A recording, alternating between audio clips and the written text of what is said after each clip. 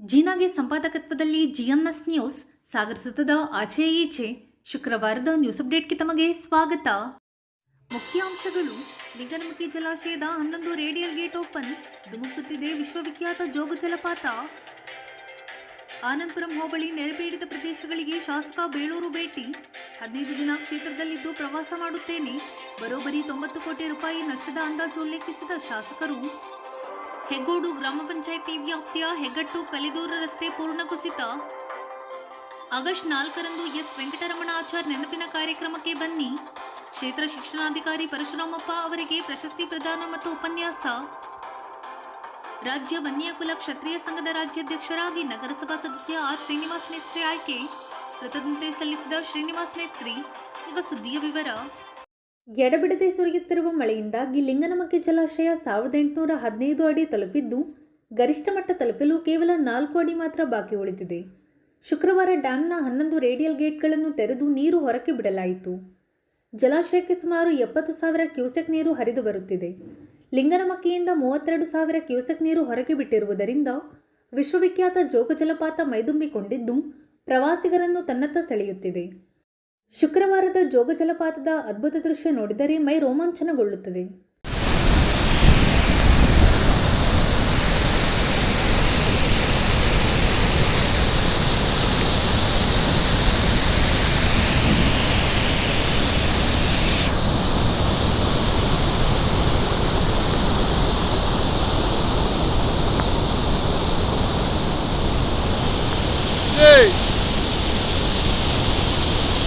ಸಾಗರ ತಾಲೂಕಿನ ಆನಂದಪುರಂ ಹೋಬಳಿಯ ಹೊಸೂರು, ಎಡೆಹಳ್ಳಿ, ಆಚಾಪುರ, ಗೌತಮಪುರ ಇನ್ನಿತರೆ ಮಳೆಹಾನಿ ಪ್ರದೇಶಕ್ಕೆ ಶಾಸಕ ಗೋಪಾಲಕೃಷ್ಣ ಬೇಳೂರು ಶುಕ್ರವಾರ ಭೇಟಿ ನೀಡಿದರು. ಮಳೆಯಿಂದ ಮನೆ ಕಳೆದುಕೊಂಡ ಕುಟುಂಬಗಳನ್ನು ಭೇಟಿಯಾಗಿ ವೈಯಕ್ತಿಕವಾಗಿ ಧನ ಸಹಾಯ ಮಾಡುವ ಜೊತೆಗೆ ಕುಟುಂಬಕ್ಕೆ ನಿಮ್ಮ ಜೊತೆ ನಾವಿದ್ದೇವೆ ಎನ್ನುವ ಧೈರ್ಯ ತುಂಬಿದ್ದರು. ಈ ಸಂದರ್ಭದಲ್ಲಿ ಮಾತನಾಡಿದ ಗೋಪಾಲಕೃಷ್ಣ ಬೇಳೂರು, ಇವರಿಗೆ ಹೊಸ ಮನೆ ಕೊಡಲಿಕ್ಕೂ ಸಹ ರಾಜ್ಯ ಸರ್ಕಾರ ಆದೇಶವನ್ನು ಹೊರಡಿಸಿದೆ. ಸರ್, ಈಗ ಅತಿವೃಷ್ಟಿ ಸಂದರ್ಭದಲ್ಲಿ ವಿರೋಧ ಪಕ್ಷದ ನಾಯಕರು ಯಾರು ಕೂಡ ಕಾಣ್ತಾ ಇಲ್ಲ ಸರ್. ಎಲ್ಲೂ ಕೂಡ ಭೇಟಿ ನೀಡ್ತಾ ಇಲ್ಲ. ಯಾವುದೇ ಪ್ರದೇಶಕ್ಕೆ ಹೋಗಿದ್ದಾರೆ, ಮಜಾ ಮಾಡಕ್ಕೆ ಹೋಗಿದ್ದಾರೆ ಅಂತೆಲ್ಲ ಹೇಳಿದ್ರು. ಅದೆಲ್ಲ ಯಾವತ್ತೂ ಹೋಗಲಿಲ್ಲ. ನಾವು ಮಗಳ ಮನೆಗೆ ಹೋಗಿದ್ದೆ. ಸಂಬಂಧಗಳು ಇರ್ತಾರಲ್ಲ, ಸಂಬಂಧ. ಯಾಕಂದರೆ ಬರಗಾಲ ಬಂದಿತ್ತು, ಬರಗಾಲದಲ್ಲಿ ಹೋಗಬಾರ್ದಂತ ಸರ್ಕಾರ ಆದೇಶ ಮಾಡಿತ್ತು. ಮಳೆಗಾಲದಲ್ಲಿ ಹೋಗಬೇಡ ಅಂತ ಸರ್ಕಾರ ಏನು ಹೇಳಿಲ್ಲ.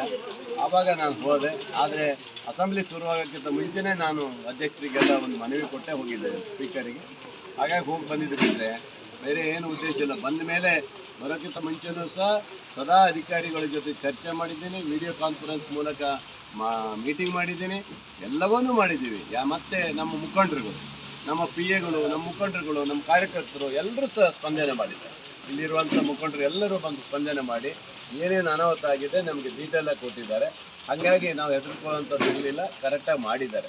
ನಾ ಬಂದ ಮೇಲಂತೂ ಬಂದು 3-4 ದಿವಸ ಆಯಿತು, ಕಂಟಿನ್ಯೂ ಎಲ್ಲೂ ಬಿಟ್ಟಿಲ್ಲ. ನಿನ್ನೆ ರಾತ್ರಿ 10 ಗಂಟೆವರೆಗೆ ಹೋಗಿ ಬಂದಿದ್ದೀನಿ. ಇವತ್ತು ಸಹ ಈಗ ಫ್ಲಡ್ ಮೀಟಿಂಗ್ ಇದೆ, ಈಗ 4 ಗಂಟೆಗೆ. ಅಲ್ಲಿ ಹೋಗ್ಬಿಟ್ಟು ಇಲ್ಲಿ ಮುಗಿಸ್ಕೊಂಡು ಫ್ಲಡ್ ಮೀಟಿಂಗ್ ಮುಗಿಸ್ಕೊಂಡು ಇಲ್ಲಿ ನಮ್ಮ ಒಬ್ಬರು ಇವರು ತೀರ್ಕೊಂಡಿದ್ದಾರೆ ಜಾಗೃತಿಯಲ್ಲಿ, ಶ್ರೀಧರ್ ಮೂರ್ತಿ ಅಂತ ಹೇಳಿ ನಮ್ಮ ಸೊಸೈಟಿಯ ಕಾರ್ಯದರ್ಶಿಗಳು ತೀರ್ಕೊಂಡಿದ್ದಾರೆ. ಅವ್ರ ಮನೆಗೆ ಹೋಗ್ತಾರೆ. ಹಿರಿಯಗಳು ಮನೆಗಳು ಹೋಗಿತ್ತು. ಎಲ್ಲ ದಾಖಲೆಗಳ ಸಮೇತವಾಗಿ ವರದಿಯನ್ನು ನಮಗೆ ಕೊಡಬೇಕು. ಅದು ಈಗಾಗಲೇ ಎಲ್ಲ ಪಂಚಾಯತಿಯಲ್ಲಿ ವರದಿ ಕೊಡ್ತಾ ಇದ್ದಾರೆ. ಆ ವರದಿ ಆಧಾರದ ಮೇಲೆ ನಾವು ಅದನ್ನು ತೆಗೆದುಕೊಂಡು ತಾಲೂಕು ಲೆವೆಲಿಂದ ಡಿಸಿಯಿಂದ ಮಂತ್ರಿಗಳಿಗೆ ಕಳಿಸ್ಕೊಡುವಂಥ ವ್ಯವಸ್ಥೆ ಆಗಬೇಕಾಗಿದೆ. ಅದರಿಂದ ಹಾನಿ ಪ್ರದೇಶಕ್ಕೆ ಹೋದಂಥ ಸಂದರ್ಭದಲ್ಲಿ ವೈಯಕ್ತಿಕವಾಗಿಯೂ ಸಹ ನಾನು ಎಲ್ಲ ಕಡೆನೂ ನಾನು ಕೊಟ್ಕೊಂಡು ಬಂದಿದ್ದೀನಿ. ಹಾಗಾಗಿ ನನ್ನ ಕ್ಷೇತ್ರದಲ್ಲಿ ಯಾವುದೇ ಸಮಸ್ಯೆ ಬಂದರೂ ಸಹ ತಕ್ಷಣ ಸ್ಪಂದನೆ ಮಾಡಲಿಕ್ಕೆ ಸತತವಾಗಿ ಇನ್ನೂ 15 ದಿವಸ ಇದೇ ಕ್ಷೇತ್ರದಲ್ಲಿ ಇಲ್ಲೇ ಇರ್ತೀವಿ. ಇವತ್ತು ರಿಪೋರ್ಟ್ ಕೊಡ್ತಾರೆ. ರಿಪೋರ್ಟ್ ಕೊಟ್ಟ ಮೇಲೆ ನಿಮ್ಗೆ ನಾಳೆ ನಾವು ಮಾಹಿತಿ ಕೊಡ್ತೀವಿ. ಭಾಳ ಆಗಿದೆ, ಯಾಕಂದ್ರೆ 100 ಮನೆಗಳು ಹಾಳಾಗಿದೆ, ಸಿಟಿಯಲ್ಲಿ ಹಾಳಾಗಿದೆ, ಮನೆ ಬಿದ್ದೋಗಿದೆ, ಇದು ಕೆರೆಗಳು ಒಡೆದೋಗಿದೆ, ರಸ್ತೆಗಳು ಹಾಳಾಗಿದೆ, ಜೊತೆಗೆ ಅಂಗನವಾಡಿಗಳು, ಶಾಲೆಗಳು ಪ್ರತಿಯೊಂದು ಹಾಳಾಗಿ ಹೋಗಿದೆ. ಅವೆಲ್ಲವೂ ಡೀಟೇಲ್ ಎಸ್ಟಿಮೇಟ್ ಹಾಕಿಬಿಟ್ಟು ಎಷ್ಟಾಗುತ್ತೆ ಅಂತ ನಾವು ರಿಪೋರ್ಟ್ ಅಂದಾಜು ಹೇಳ್ಬೋದು. ಅಂದಾಜಾಗಿದೆ, ಭಾಳ ಆಗಿದೆ. ಸುಮಾರು ಒಂದು 80-90 ಕೋಟಿ ಹತ್ರ ಆಗಿದೆ. ವೀಕ್ಷಣೆ ಸಂದರ್ಭದಲ್ಲಿ ಕಲಸೆ ಚಂದ್ರಪ್ಪ, ಸೋಮಶೇಖರ್ ಲ್ಯಾವಿಗೆರೆ, ಅನಿತಾ ಕುಮಾರಿ, ಚೇತನ್ ರಾಜ್ ಕಣ್ಣೂರು, ರವಿಕುಮಾರ್, ರಮಾನಂದ, ಕಲೀಮುಲ್ಲಾ, ಅಬ್ದುಲ್ ರಜಾಕ್, ಬಾಬುಲ್ ಸಾಬ್, ಗಜೇಂದ್ರ ಹಾಗೂ ಕಂದಾಯ ಇಲಾಖೆ ಗ್ರಾಮ ಪಂಚಾಯಿತಿ ಅಧಿಕಾರಿಗಳು ಹಾಜರಿದ್ದರು. ಸಾಗರ ತಾಲೂಕಿನ ಹೆಗ್ಗೋಡು ಗ್ರಾಮ ಪಂಚಾಯಿತಿ ವ್ಯಾಪ್ತಿಯ ಸೊಪ್ಪಿನಮಲ್ಲೆ ಮಾರ್ಗದಲ್ಲಿ ಬರುವ ಹೆಗ್ಗಟ್ಟು ಕಲೆದೂರು ರಸ್ತೆ ಸಂಪರ್ಕ ಕಡಿದು ಹೋಗಿದೆ. ವಿಪರೀತ ಮಳೆಯಿಂದಾಗಿ ದರೆ ಕುಸಿದಿದ್ದರಿಂದ ಸಂಪೂರ್ಣ ರಸ್ತೆಯೇ ಕುಸಿದು ಹೋಗಿದ್ದು ಸಾರ್ವಜನಿಕ ಸಂಪರ್ಕ ಕಡಿತಗೊಂಡಿದೆ. ದರೆ ಕೆಳಗೆ ಹೋಗುವ ಹಳ್ಳದ ಮಾರ್ಗವನ್ನು ಕೆಳಭಾಗದಲ್ಲಿ ಬರುವ ಖಾಸಗಿ ವ್ಯಕ್ತಿಗಳು ಒತ್ತುವರಿ ಮಾಡಿದ್ದಾರೆ. ಹಳ್ಳವನ್ನು ಬೇರೆ ಮಾರ್ಗಕ್ಕೆ ತಿರುಗಿಸಿದ್ದರಿಂದ ರಸ್ತೆಯ ಕೆಳಭಾಗದಲ್ಲಿ ನೀರು ಹರಿದು ದರೆ ಕುಸಿದು ಹೋಗಿದೆ. ತಕ್ಷಣ ರಸ್ತೆ ಸಂಪರ್ಕ ಕಲ್ಪಿಸುವಂತೆ ಗ್ರಾಮಸ್ಥರು ಮನವಿ ಮಾಡಿದ್ದಾರೆ. ವೆಂಕಟರಮಣ ಆಚಾರ್ ಹೆಸರಿನ ಪ್ರಶಸ್ತಿ ಪ್ರದಾನ ಕಾರ್ಯಕ್ರಮ ಆಗಸ್ಟ್ 4ರಂದು ನಡೆಯಲಿದೆ. ಬೆಳಗ್ಗೆ 10:30ಕ್ಕೆ ರೈಲ್ವೆ ಸ್ಟೇಷನ್ ರಸ್ತೆಯಲ್ಲಿರುವ ಶಾರದಾಂಬ ಸಭಾಭವನದಲ್ಲಿ ವೆಂಕಟರಮಣವರ ಶಿಷ್ಯ ಬಳಗ ಈ ಕಾರ್ಯಕ್ರಮ ಆಯೋಜನೆ ಮಾಡಿದೆ ಎಂದು ಬಳಗದ ಪ್ರಧಾನ ಸಂಚಾಲಕ ಮಾಸ ನಂಜುಂಡಸ್ವಾಮಿ ತಿಳಿಸಿದರು. ಶುಕ್ರವಾರ ಕರೆದ ಸುದ್ದಿಗೋಷ್ಠಿ ಕಾರ್ಯಕ್ರಮದಲ್ಲಿ ಕಾರ್ಯಕ್ರಮದ ಆಹ್ವಾನ ಪತ್ರಿಕೆ ಬಿಡುಗಡೆ ಮಾಡಿ ಅವರು ಮಾತನಾಡುತ್ತಿದ್ದರು. ಇವತ್ತಿಗೆ ವೆಂಕಟರಮಣಾಚಾರ್ಯ ಸ್ವರ್ಗಸ್ಥರಾಗಿ 1 ವರ್ಷ ಆಯಿತು. ಆದರೆ ಅವರ ಅಂತ್ಯಕ್ರಿಯೆ ನಡೆದಿದ್ದು 3ನೇ ತಾರೀಕು. ನಿಮ್ಗೆಲ್ಲರೂ ಕೂಡ ಗೊತ್ತಿದೆ, ವೆಂಕಟರಮಣಾಚಾರ್ಯ ಅಂದರೆ ಸರ್ಕಾರಿ ನೌಕರು ಮತ್ತು ವಿಶೇಷವಾಗಿ ಲೋಕೋಪಯೋಗಿ ಇಲಾಖೆಯಲ್ಲಿ ಇದ್ದಂಥವ್ರು. ಅಂದರೆ ಎಲ್ಲಿ ದುಡ್ಡಿನ ಚಲಾವಣೆ ಆಗತ್ತೆ ಅಲ್ಲಿ ಅಂಥ ಇಲಾಖೆಯಲ್ಲಿ ಇದ್ದಂಥವ್ರು ಅಲ್ಲಿ ಕೈಯನ್ನು ಶುಭ್ರವಾಗಿಟ್ಕೊಳ್ಳೋಂಥವ್ರು. ದುಡ್ಡು ಎಲ್ಲಿ ಬರಲ್ಲ ಅನಿವಾರ್ಯ ಅಲ್ಲಿ ಪ್ರಾಮಾಣಿಕವಾಗಿರ್ಬೇಕಾಗತ್ತೆ. ಆದರೆ ದುಡ್ಡು ಓಡಾಡುವಂಥ ಸ್ಥಳದಲ್ಲಿ ಪ್ರಾಮಾಣಿಕವಾಗಿರೋದು ಬಹಳ ಕಷ್ಟ. ಸೊ ಹಾಗಾಗಿ ನೀವು ಬಹಳಷ್ಟು ಜನ ಅವರ ಹತ್ತಿರದಿಂದ ನೋಡುವಂಥವ್ರು. ಹಾಗಾಗಿ ವೆಂಕಟರಮಣಾಚಾರ್ಯ ಅಂದರೆ ಈಗಿನ ಪ್ರಸ್ತುತ ಸಂದರ್ಭದಲ್ಲಿ ಅದರಲ್ಲೂ ನೌಕರ ವರ್ಗ ಪ್ರಾಮಾಣಿಕತೆಯಿಂದ ಇರೋದು ಬಹಳ ಕಷ್ಟ ಅನ್ನೋದು ನಮಗೂ ಗೊತ್ತಿರೋ ವಿಚಾರಣೆ.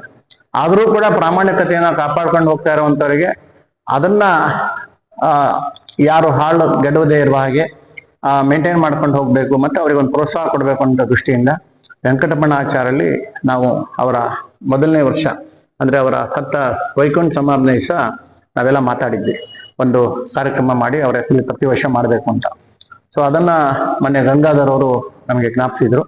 ಆ ಸಂದರ್ಭದಲ್ಲಿ ನಾವೆಲ್ಲ ಒಂದು ಯೋಚನೆ ಮಾಡಿ ಯಾರಿಗೆ ಮಾಡಬೇಕು ಅನ್ನೋಂಥ ಸಂದರ್ಭ ಬಂದಾಗ BO ಅವರ ಪರಶುರಾಮಪ್ಪ ಅವರ ಹೆಸರು ಬಂತು. ಮತ್ತು ತುಂಬ ನಾವೆಲ್ಲರೂ ಕೂಡ ತುಂಬ ಕ್ರಾಸ್ ಚೆಕ್ ಮಾಡಿವು. ಯಾಕೆಂದ್ರೆ ವೆಂಕಟರಮಣ ಆಚಾರ್ಯ ಹೆಸರಲ್ಲಿ ಒಂದು ಪ್ರಶಸ್ತಿ ಕೊಡೋದು ಅಂತಂದ್ರೆ ಅದು ಬಹಳ ಕಷ್ಟ.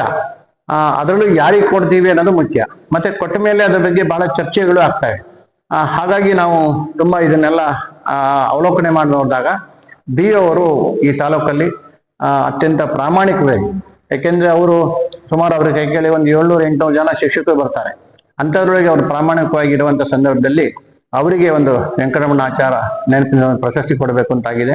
ಹಾಗಾಗಿ ಆ ಪ್ರಶಸ್ತಿ ಕಾರ್ಯವನ್ನು ವಿಶೇಷವಾಗಿ ನಾವು ನಮ್ಮ ಉದ್ದೇಶ ಇಷ್ಟೇ, ಸರ್ಕಾರಿ ನೌಕರರು ಇತ್ತೀಚೆಗೆ ಬೇಕೋ ಬೇಡವೋ ಅತಿ ಹೆಚ್ಚು ಭ್ರಷ್ಟಾಚಾರಕ್ಕೆ ಒಳಗಾಗ್ತಾ ಇದ್ದಾರೆ. ಮತ್ತು ಒಳ್ಳೆ ಸಂಬಳ ಇದ್ದು ಕೂಡ ಅವರು ಯಾರೋ ಕೆಲವರು ಮಾಡುವಂತ ಕೆಲಸದಿಂದಾಗಿ ಇಡೀ ಸರ್ಕಾರಿ ನೌಕರ ಸಮೂಹಕ್ಕೆ ಸಂಘಟನೆ ಕೆಟ್ಟ ಹೆಸರು ಬರ್ತಾ ಇದೆ. ಹಾಗಾಗಿ ಅವರನ್ನು ಕೂಡ ಒಂದು ಎಚ್ಚರಿಸುವಂತ ಕೆಲಸ ಈ ತರ ಕಾರ್ಯಕ್ರಮಗಳ ಮುಖಾಂತರ ಆಗ್ಬೇಕು ಅನ್ನೋ ದೃಷ್ಟಿಯಿಂದ ಮಾಡ್ತಾ ಇದ್ದೀವಿ.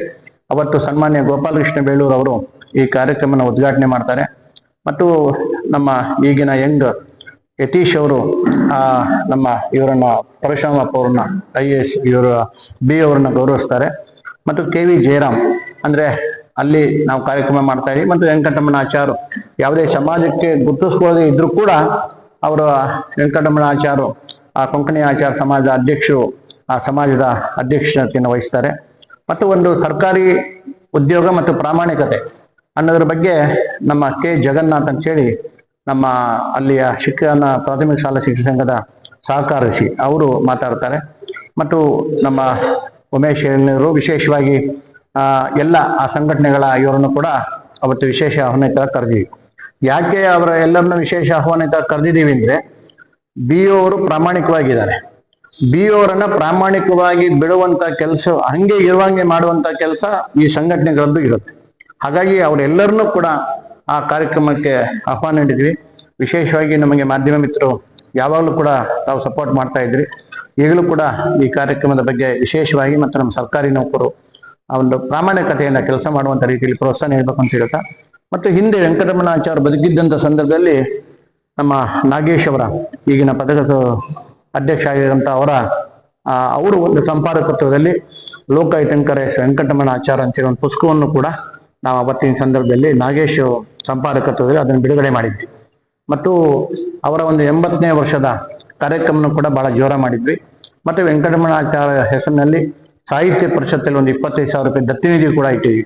ಹೀಗೆ ಅಂದ್ರೆ ಒಬ್ಬ ಪ್ರಾಮಾಣಿಕ ನೌಕರವನ್ನ ಸ್ವರ್ಗಸ್ಥಾನ ಆದ ಮೇಲೂ ಕೂಡ ಜನ ಮತ್ತು ನೌಕರ ವರ್ಗವನ್ನು ಜ್ಞಾಪಿಸ್ಕೊಳ್ಳುವಂಥದ್ದಾಗಬೇಕು.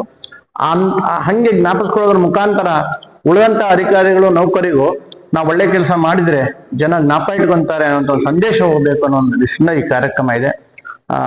ದಯಮಾಡಿ ತಾವೆಲ್ಲರೂ ಕೂಡ ಆ ಕಾರ್ಯಕ್ರಮದಲ್ಲಿ ಬೆಳಗ್ಗೆ ಇರಬೇಕು ಅನ್ನೋಂಥದ್ದನ್ನ ವಿನಂತಿಯನ್ನು ಮಾಡ್ತಾ ಇದ್ದೀನಿ.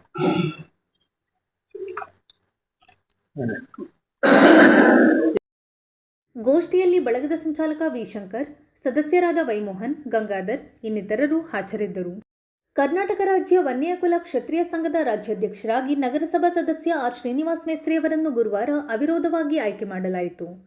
ಉಪಾಧ್ಯಕ್ಷರಾಗಿ Chinnappa Gounder, TK Manjunath, G Shankar, P Shekhar, Ravikumar TV, Arjun Mestri, Prema, ಪ್ರಧಾನ ಕಾರ್ಯದರ್ಶಿಯಾಗಿ Shankar D, Ramesh G, Harinath TS, ಸಂಘಟನಾ ಕಾರ್ಯದರ್ಶಿಯಾಗಿ ಚಿನ್ನಪ್ಪನ್ ಕೆ, ರವಿಶಂಕರ್, ಕೇಶವಮೂರ್ತಿ, ಪ್ರಸಾದ್ ಜಿ, ಕಾರ್ತಿಕ್ ಗೌಂಡರ್ ಅವರನ್ನು ಆಯ್ಕೆ ಮಾಡಲಾಯಿತು. ಸಹ ಕಾರ್ಯದರ್ಶಿಗಳಾಗಿ ಅನಂತ್, ರಮೇಶ್ ಸಿ, ಶಕುಂತಲಾ, ಖಜಾಂಚಿಯಾಗಿ ಕೃಷ್ಣರಾಜ್, ಆಂತರಿಕ ಲೆಕ್ಕ ಪರಿಶೋಧಕರಾಗಿ ಜಿ ಗೋಪಿನಾಥ್, ಕಾನೂನು ಸಲಹೆಗಾರರಾಗಿ ಮಂಜುಳಾ ಆರ್, ಸುಬ್ಬಯ್ಯ ಅವರನ್ನು ನೇಮಕ ಮಾಡಲಾಯಿತು. ಇದು ಶುಕ್ರವಾರದ ಸಮಗ್ರ ಸುದ್ದಿ. ನಿರಂತರ ಸುದ್ದಿಗಾಗಿ ನೋಡ್ತಾ ಇರಿ GMS ನ್ಯೂಸ್. ನಮಸ್ಕಾರ.